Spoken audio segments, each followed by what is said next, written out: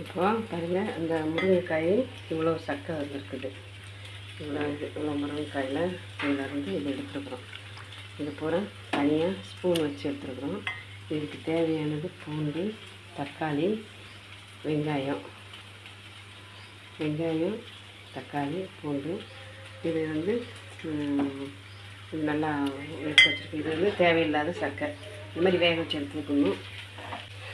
சட்டி காமிச்சுன்னா எண்ணெய் ஊற்றிடலாம். சாதம் உடச்சி வச்சு இந்த ரெண்டு தான் சீக்கிரம் முடியும். கொஞ்சம் எண்ணெய் ஊற்றிக்கிறோம்.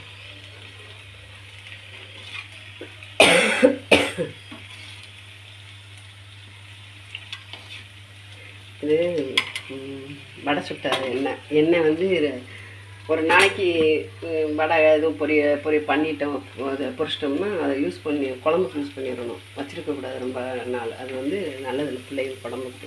ஒரு தடவை மட்டும் வடை சுட்டணும், சமையலுக்கு யூஸ் பண்ணிடணும். ஆமாம், இது புளி வந்து கொஞ்சம் போல் வச்சுருக்கிறேன். சும்மா 2 சொலை மட்டும் அதுக்கு போட்டால் நல்லாயிருக்கும். கொஞ்சம் கடுகு, கொஞ்சம் உளுந்தம்பருப்பு, கொஞ்சம் சீரகம்,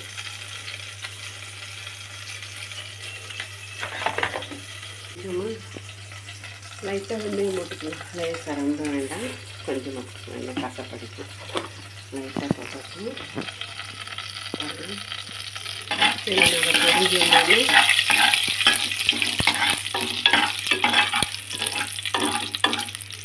கொஞ்சம் பொரியட்டும். பொரிஞ்ச உடனே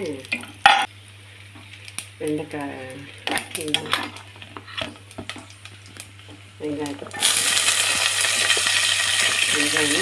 போட்டு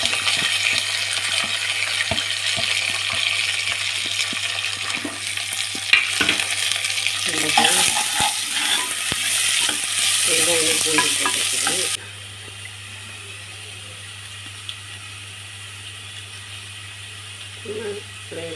ரெண்டு போல லைட்டாக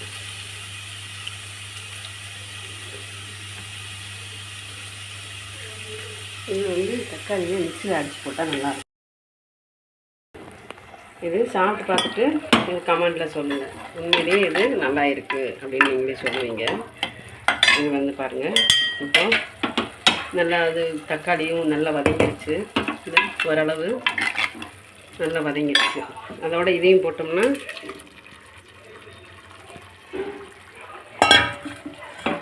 குழம்பு வைக்க வேண்டிய அவசியம் இல்லை. இதுவே கூட்டு மாதிரி வச்சு நல்லா வந்து சாப்பிட்டுக்கலாம்.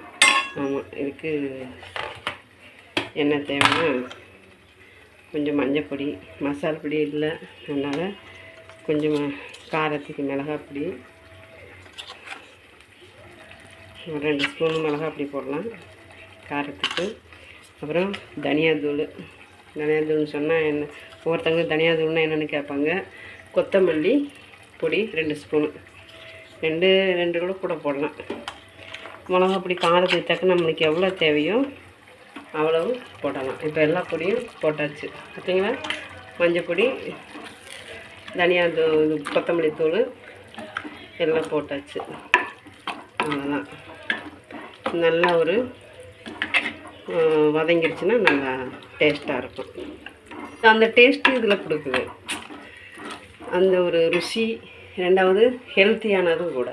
அதனால் இது குழந்தைகளுக்கு பெரியவங்களுக்கு எல்லாத்துக்கும் செஞ்சு கொடுங்க. முருங்கைக்காய் சீசனில் ஒன்று வாங்கி ஒரு குழம்புல போட்டோம் அப்படின்னு இல்லாமல் கொஞ்சம் வீட்டில் இருந்தால் நிறையாவே போட்டு ஒரு நாள் விட்டு ஒரு நாள் செஞ்சு கொடுங்க சீசன் சமயத்தில். நல்லா இதெல்லாம் கொஞ்சம் புளி ஊற்றினா போதுமானது. கருவேப்பிலை எப்பயுமே தாளிக்கும் போது போடக்கூடாது, எண்ணெயில் பொரிஞ்சு அது போயிடும். அதனால் அப்படி போடாதபடி இந்த மாதிரி பண்ணிக்கோங்க. கழுவிட்டு குழம்பு கொதிக்கும் போது போட்டால் கொஞ்சம் நல்லது. கருவேப்பிலை போட்டு குடிச்சா அது ஒரு மணமாக இருக்கும், வாசனையாகவும் இருக்கும். இப்போ கொஞ்சம் நேரம் கொதிக்கட்டும். ஒரு மூடி போட்டு மூடி வச்சுருவோம் கொஞ்சம் நேரம். பாருங்கள், மண் சட்டியில் சாதம் பண்ணியிருக்குது. வந்து முருங்கை காயில் உள்ள ஒரு கூட்டு ஒன்று சொன்னேன் இல்லையா. நல்லா சாப்பிட வாங்க நீங்கள் எல்லோரும். அதே மாதிரி உங்களுக்கு பிடிச்சிருந்தா லைக் பண்ணுங்கள், சப்ஸ்கிரைப் பண்ணுங்கள், சப்போர்ட் பண்ணுங்கள். மீண்டும் அடுத்த வீடியோவில் பார்க்கலாம். இத்துடன்